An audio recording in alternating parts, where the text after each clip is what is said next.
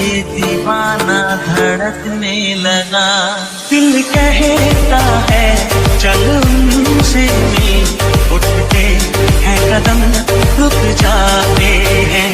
दिल हमको कभी समझाता है, हम दिल को कभी समझाते हैं। तेरे चेहरे पे अपनी नजर छोड़ जाऊंगा, तेरे चेहरे पे अपनी नजर छोड़ जाऊंगा। धीरे धीरे से मेरी जिंदगी में आना, धीरे धीरे से दिल को चुराना।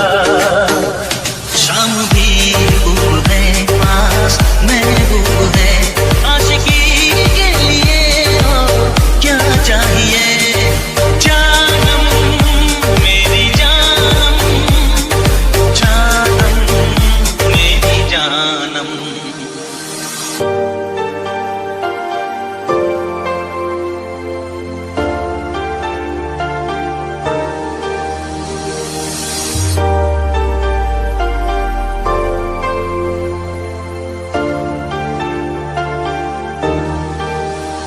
दिल कहता है चल उनसे मिल, इस तरह आशिकी का असर छोड़ जाऊंगा।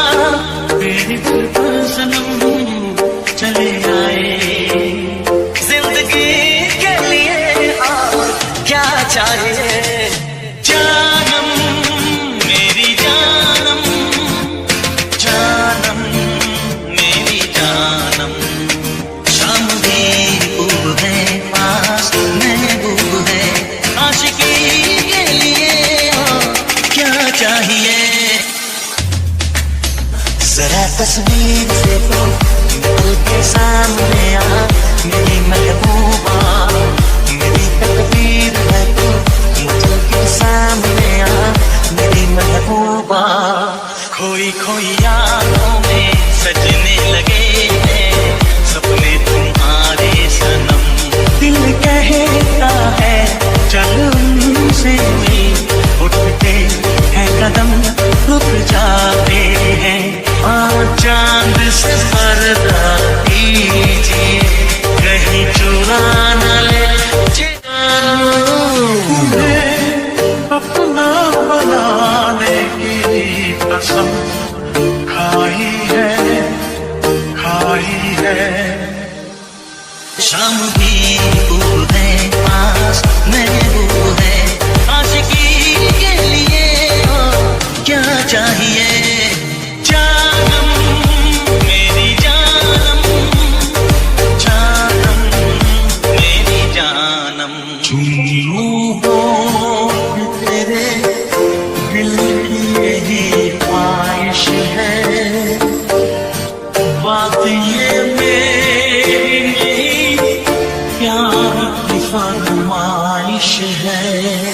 आंखों की जरूरत है कैसे, आंखों की जरूरत है कैसे। बरसात के मौसम तन्हाई के आलम, मैं घर से निकल आया बोतल भी उठा लाया।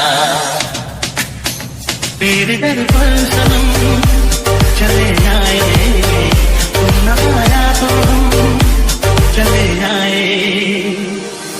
आँखों से तूने क्या कह दिया। मैथिली एक्सप्रेस।